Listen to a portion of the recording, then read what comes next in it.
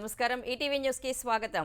Operation Sindoor తర్వాత భారత్పై దాడి చేసేందుకు పాక్ చేసిన ప్రయత్నాలు ఫలించలేదు. గత రాత్రి కశ్మీర్ నుంచి గుజరాత్ వరకు సరిహద్దు ప్రాంతాల్లో పాకిస్తాన్ దాడులకు యత్నించగా భారత వైమానిక దళానికి చెందిన S-400 సుదర్శన్ చక్ర వైమానిక రక్షణ క్షిపణి వ్యవస్థ వాటిని కూల్చివేసింది. చైనాకు చెందిన HQ-9 రక్షణ వ్యవస్థ ఉపయోగిస్తున్న పాకిస్తాన్ అవంతిపుర, శ్రీనగర్, జమ్మూ, పఠాన్కోట్, అమృత్సర్, కపూర్తలా, జలంధర్, అదాంపూర్, బటిండా, చండీగఢ్, నాల్, ఫలోడి, భుజ్ తదితర ప్రాంతాల్లోని సైనిక స్థావరాలను లక్ష్యం చేసుకుని దాడులకు యత్నించింది. అయితే వాటిని ఇంటిగ్రేటెడ్ కౌంటర్ UAS గ్రిడ్ గగనతల రక్షణ వ్యవస్థతో సమర్థంగా అడ్డుకున్నట్లు రక్షణ శాఖ వెల్లడించింది. పాకిస్తాన్ దాడులకు రుజువుగా వీటి శకలాలను ఆయా ప్రాంతాల నుంచి సేకరిస్తున్నట్లు తెలిపింది. ఈ క్రమంలోనే ప్రతీకార దాడులకు దిగిన భారత సైన్యం పాక్లోని వివిధ చోట్ల ఉన్న గగనతల రక్షణ రాడార్లు వ్యవస్థలపై విరుచుకుపడింది. ఈ దాడుల్లో లాహోర్లోని ఎయిర్ డిఫెన్స్ వ్యవస్థ ధ్వంసమైనట్లు రక్షణ శాఖ వర్గాలు వెల్లడించాయి. ఈ దాడుల సమాచారంతో అప్రమత్తంగా ఉండాలని లాహోర్లోని తమ పౌరులకు రాయబార కార్యాలయం సిబ్బందికి అమెరికా అడ్వైజరీ జారీ చేసింది. ఆపరేషన్ సింధూర్ పేరుతో భారత సైన్యం చేసిన మెరుపు దాడుల్లో దాదాపు 100 మంది ఉగ్రవాదులను మట్టుపెట్టినట్లు అఖిలపక్ష భేటీలో రక్షణ శాఖ మంత్రి రాజ్నాథ్ సింగ్ వెల్లడించారు. ఆపరేషన్ సింధూర్పై రక్షణ శాఖ మంత్రి రాజ్నాథ్ సింగ్ నేతృత్వంలో అఖిలపక్ష భేటీ జరిగింది. ఢిల్లీలోని పార్లమెంటు లైబ్రరీ భవనంలో సుమారు గంటన్నర పాటు సమావేశం జరిగింది. ఈ సమావేశానికి కేంద్ర మంత్రులు అమిత్ షా, జైశంకర్, JP నడ్డా, నిర్మలా సీతారామన్, కిరణ్ రిజిజు, కాంగ్రెస్ అగ్రనేతలు రాహుల్ గాంధీ, మల్లికార్జున ఖర్గే తదితరులు పాల్గొన్నారు. ఈ సమావేశంలో త్రివిధ దళాలను అఖిలపక్ష నేతలు అభినందించారు. ఆపరేషన్ సింధూర్ విజయం, తదనంతర పరిణామాలు, కేంద్రం తీసుకున్న వివిధ నిర్ణయాలను ప్రతిపక్షాలకు రాజ్నాథ్ వివరించారు. పాక్ దాడులకు దిగితే తిరిగి దాడులు చేస్తామని స్పష్టం చేశారు. ఆపరేషన్ సింధూర్ ఇంకా పూర్తి కాలేదని, కొనసాగుతుందని రాజ్నాథ్ వెల్లడించారు. కేంద్ర ప్రభుత్వానికి తమ మద్దతు ఉంటుందని రాహుల్ గాంధీ చెప్పారు. భేటీలో కేంద్రానికి ప్రతిపక్షాలు కొన్ని సూచనలు చేశాయని పార్లమెంటరీ వ్యవహారాల శాఖ మంత్రి కిరణ్ రిజిజు వెల్లడించారు. ఆపరేషన్ సింధూర్లో భాగంగా 9 ఉగ్ర శిబిరాలను భారత్ ధ్వంసం చేయగా ఆ స్థావరాలకు సంబంధించిన ఉపగ్రహ చిత్రాలు బయటకు వచ్చాయి.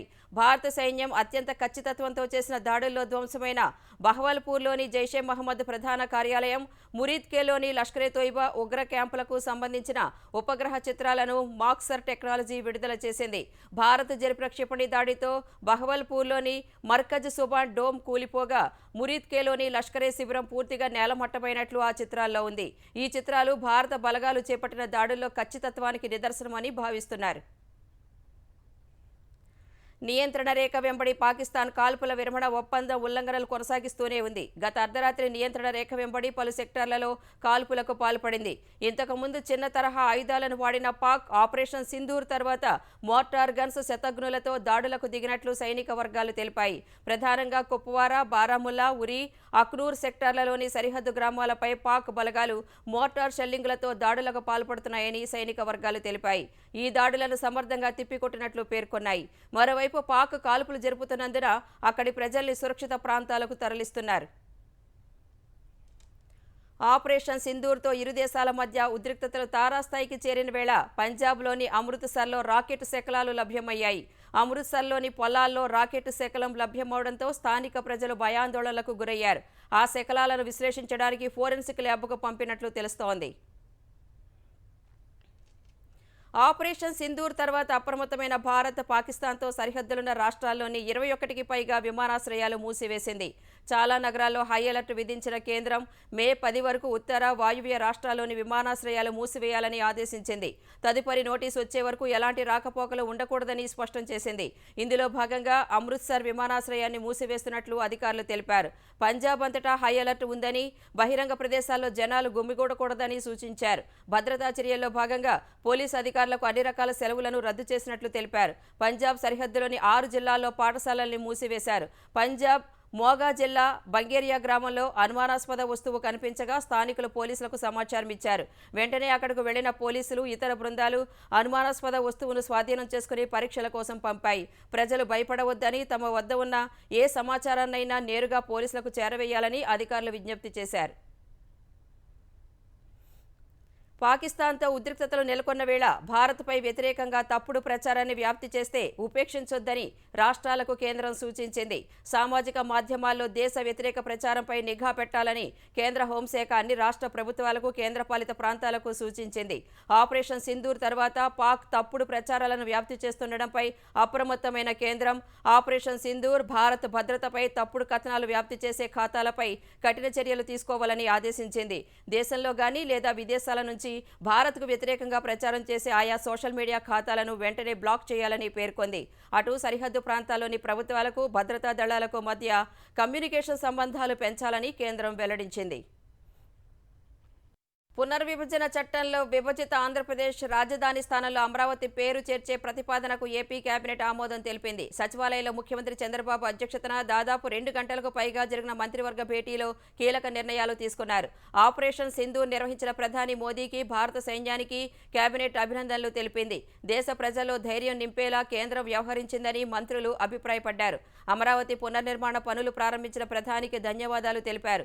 47వ CRDA సమావేశంలో తీసుకున్న నిర్ణయాలకు మంత్రివర్గం సభ్యులు పచ్చజెండా ఊపారు.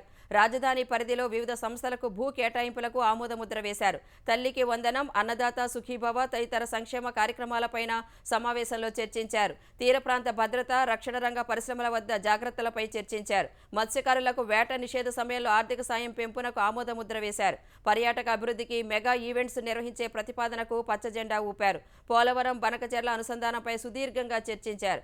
జలహారతి కార్పొరేషన్ కింద ప్రాజెక్టును ప్రాధాన్యాంశంగా తీసుకుని త్వరితగతిన పూర్తి చేద్దామని సీఎం మంత్రులకు స్పష్టం చేశారు. మున్సిపల్ శాఖ 281 పనులను హైబ్రిడ్ యాన్యుటీ విధానంలో చేపట్టేందుకు కేబినెట్లో ఆమోదం తెలిపారు. ఆంధ్రప్రదేశ్ను ఎలక్ట్రానిక్ ఉత్పత్తుల తయారీ కేంద్రంగా మార్చేందుకు బాటలు వేస్తున్నామని మంత్రి నారా లోకేష్ తెలిపారు. సత్యవేడు నియోజకవర్గంలోని శ్రీ సిటీలో అంతర్జాతీయ స్థాయి గృహోపకరణాల తయారీ సంస్థ LG యూనిట్కు లోకేష్ శంకుస్థాపన చేశారు. 5,000 కోట్ల రూపాయల వ్యయంతో ఏర్పాటు చేయబోయే ఈ కంపెనీ వల్ల ఆంధ్రప్రదేశ్ గ్లోబల్ ఎలక్ట్రానిక్ మ్యానుఫ్యాక్చరింగ్ హబ్గా అవతరిస్తుందని అన్నారు. 839 కోట్ల రూపాయలతో మరో 5 అనుబంధ యూనిట్లు 6 ఏళ్లలో ఏర్పాటు కానున్నాయని చెప్పారు. ఈ పెట్టుబడుల ద్వారా 2,000 మంది యువతకు ఉద్యోగ అవకాశాలు వస్తాయని పేర్కొన్నారు. ఈ కార్యక్రమం LG పరిశ్రమ నిర్మాణాలకు శంకుస్థాపన మాత్రమే కాదని ఏపీ భవిష్యత్తు కోసం కొత్త పునాదులు వేస్తున్నామని తెలిపారు. మేడ్ ఇన్ ఆంధ్ర నుంచి మేడ్ ఫర్ ది వరల్డ్ వరకు తమ జైత్రయాత్ర కొనసాగుతుందని లోకేష్ వివరించారు. ఖమ్మం జిల్లాలో నూతన వైద్య కళాశాల భవనాల నిర్మాణాలకు రాష్ట్ర మంత్రులు శంకుస్థాపన చేశారు. ఈ కార్యక్రమంలో ఉప ముఖ్యమంత్రి భట్టి విక్రమార్క, మంత్రులు దామోదర రాజనరసింహ, తుమ్మల నాగేశ్వరరావు, పొంగులేటి శ్రీనివాసరెడ్డి పాల్గొన్నారు. 35 ఎకరాల్లో 166 కోట్ల రూపాయలతో నిర్మాణం జరగనున్న వైద్య కళాశాల భవనాలకు వారు శంకుస్థాపన చేశారు. కాంగ్రెస్ ప్రభుత్వం వచ్చాక వైద్య శాఖలో 8,000 పోస్టులు భర్తీ చేశామన్న మంత్రులు వర్గీకరణ ఆధారంగానే రాబోయే నోటిఫికేషన్లు ఉంటాయని స్పష్టం చేశారు. ప్రజల కోసమే కాంగ్రెస్ ప్రభుత్వం పనిచేస్తోందన్న ఉప ముఖ్యమంత్రి సంక్షేమ కార్యక్రమాల కోసం వేల కోట్లు ఖర్చు చేస్తున్నామని తెలిపారు. ఆపరేషన్ సింధూర్ పేరుతో భారత సైన్యం చేసిన పోరాటం అనన్య సామాన్యమైందని తెలంగాణ నీటిపారుదల శాఖ మంత్రి ఉత్తమ్ కుమార్ రెడ్డి అన్నారు. శత్రు సేనలపై భారత సైన్యం వీరోచిత పోరాటం చేసిందన్నారు. సూర్యాపేట జిల్లా కోదాడలో ఓ ప్రైవేటు కార్యక్రమంలో పాల్గొన్న మంత్రి త్రివిధ దళాలు చూపిన ధైర్య సాహసాలను చూసి దేశం గర్విస్తుందన్నారు. శత్రు శిబిరాలపై సమర్థవంతంగా దాడులు జరిపిన త్రివిధ దళాలు పాకిస్తాన్కు సరైన గుణపాఠం నేర్పాయని ఉత్తమ్ కుమార్ రెడ్డి తెలిపారు. కర్రెగుట్టలో మావోయిస్టుల కోసం భద్రతా బలగాలు ముమ్మర గాలింపు జరుపుతున్న వేళ ములుగు జిల్లా వెంకటాపురం వాజేడు సరిహద్దు అటవీ ప్రాంతంలో ఐఈడీ పేలిన దుర్ఘటనలో 3 గ్రేహౌండ్స్ జవాన్లు మృతి చెందారు. ఈ ఘటనలో మరో 3కి స్వల్పంగా గాయాలైనట్లు తెలుస్తోంది. మావోయిస్టుల కోసం విస్తృతంగా కూంబింగ్ చేస్తుండగా వాజేడు సమీపంలోని పెనుగోలు గుట్టల్లో ఘటన జరిగింది. ఇదే సమయంలో మావోయిస్టులకు గ్రేహౌండ్స్ బలగాలకు మధ్య ఎదురుకాల్పులు జరిగాయి. ఛత్తీస్గఢ్ సరిహద్దు అటవీ ప్రాంతంలో కర్రెగుట్టల్లో బలగాలు గత 17 రోజులుగా కూంబింగ్ చేస్తున్నారు. ఈ క్రమంలో నిన్న జరిగిన ఎదురుకాల్పుల్లో 22 మంది మావోయిస్టులు చనిపోయారు. తప్పించుకోపోయిన మరికొంతమంది వెంకటాపురం, వాజేడు అటవీ ప్రాంతం వైపు రావచ్చనే సమాచారంతో ఆ ప్రాంతాల్లో కూడా ముమ్మర గాలింపులు చేపట్టారు. ఈ క్రమంలోనే ఐఈడీ పేలింది. ఉత్తరాఖండ్ ఉత్తరకాశీ జిల్లా గంగానాని వద్ద హెలికాప్టర్ కుప్పకూలిన ఘటనలో 2 ఆంధ్రప్రదేశ్ వాసులు సహా 6 పర్యాటకులు మృతి చెందారు. మరో 2 తీవ్రంగా గాయపడ్డారు. క్షతగాతులను చికిత్స కోసం ఆసుపత్రికి తరలించారు. మృతులను వేదవతి, విజయారెడ్డిగా గుర్తించారు. వేదవతి అనంతపురం ఎంపీ లక్ష్మీనారాయణ సోదరి కాగా ఆమె భర్త భాస్కర్కు గాయాలయ్యాయి. ఆయన్ను రుషికేశ్ ఎయిమ్స్కు తరలించి చికిత్స అందిస్తున్నారు. హెలికాప్టర్లో గంగోత్రి ఆలయానికి వెళుతుండగా ప్రమాదం జరిగింది. సహాయ బృందాలు ఘటనా స్థలానికి చేరుకుని చర్యలు చేపట్టాయి. హెలికాప్టర్ ప్రమాదంపై ఉత్తరాఖండ్ సీఎం పుష్కర్ సింగ్ ధామీ దిగ్భ్రాంతి వ్యక్తం చేశారు. గాయపడ్డ వారికి మెరుగైన వైద్యం అందించాలని, ఘటనపై విచారణ చేయాలని అధికారులను ఆదేశించారు. ఆంధ్రప్రదేశ్లో నమోదైన మద్యం కుంభకోణం కేసులో నిందితులకు సుప్రీంకోర్టులో ఎదురుదెబ్బ తగిలింది. ఈ కేసులో నిందితులు కృష్ణమోహన్ రెడ్డి, ధనుంజయ రెడ్డి, బాలాజీ, గోవిందప్ప దాఖలు చేసిన ముందస్తు బెయిల్ పిటిషన్లను సుప్రీంకోర్టు తిరస్కరించింది. ఇప్పటికిప్పుడు మధ్యంతర రక్షణ ఇవ్వలేమని జస్టిస్ పార్థివాలా తేల్చి చెప్పారు. హైకోర్టులో పెండింగ్ ఉండగానే పిటిషన్ దాఖలు చేశారన్న ధర్మాసనం, అక్కడి ధర్మాసనం తుది తీర్పు ఇచ్చినందున ముందస్తు బెయిల్ పిటిషన్లపై ప్రస్తుతానికి విచారణ కుదరదని తేల్చి చెప్పింది. అవసరం అనుకుంటే నిందితులు మరో పిటిషన్ దాఖలు చేయాలని ఆదేశించిన ధర్మాసనం తదుపరి విచారణను ఈ నెల 13కు వాయిదా వేసింది. ముంబై నటి ఇచ్చిన ఫిర్యాదు ఆధారంగా నమోదైన కేసులో ఐపీఎస్ అధికారులు విశాల్ గున్ని, క్రాంతి రాణా టాటా, ఏసీపీ హనుమంతరావు, సిఐ సత్యనారాయణలపై తదుపరి చర్యలు నిలుపుదల చేస్తూ హైకోర్టు మధ్యంతర ఉత్తర్వులు జారీ చేసింది. ఈ నలుగురు తమపై నమోదైన కేసును కొట్టేయాలని దాఖలు చేసిన పిటిషన్పై హైకోర్టు ఇవాళ విచారణ జరిపింది. ఈ విచారణ తర్వాత వారిపై తదుపరి చర్యలను నిలిపివేస్తూ ఉత్తర్వులు ఇచ్చిన కోర్టు తదుపరి విచారణను జూన్ 30కి వాయిదా వేసింది. దేశంలోని హైకోర్టులలో దాదాపు 7 లక్షలకు పైగా పెండింగ్ కేసులు ఉన్నాయని సుప్రీంకోర్టు వెల్లడించింది. దేశంలోని మొత్తం హైకోర్టులలో 7,24,192 కేసులు పెండింగ్లో ఉన్నట్లు తెలిపింది. ఒక్క అలహాబాద్ హైకోర్టులోనే దాదాపు 2,70,000 కేసులు పెండింగ్ ఉన్నట్లు పేర్కొంది. అటు హైకోర్టు న్యాయమూర్తుల నియామకంపై కొలీజియం చేసిన సిఫార్సులను కేంద్రం త్వరగా ఆమోదించాలని చెప్పింది. న్యాయమూర్తుల నియామకంపై పెండింగ్లో ఉన్న ప్రతిపాదనలను కేంద్రం వీలైనంత త్వరగా ఆమోదిస్తుందని తాము విశ్వసిస్తున్నామని సుప్రీంకోర్టు వ్యాఖ్యానించింది.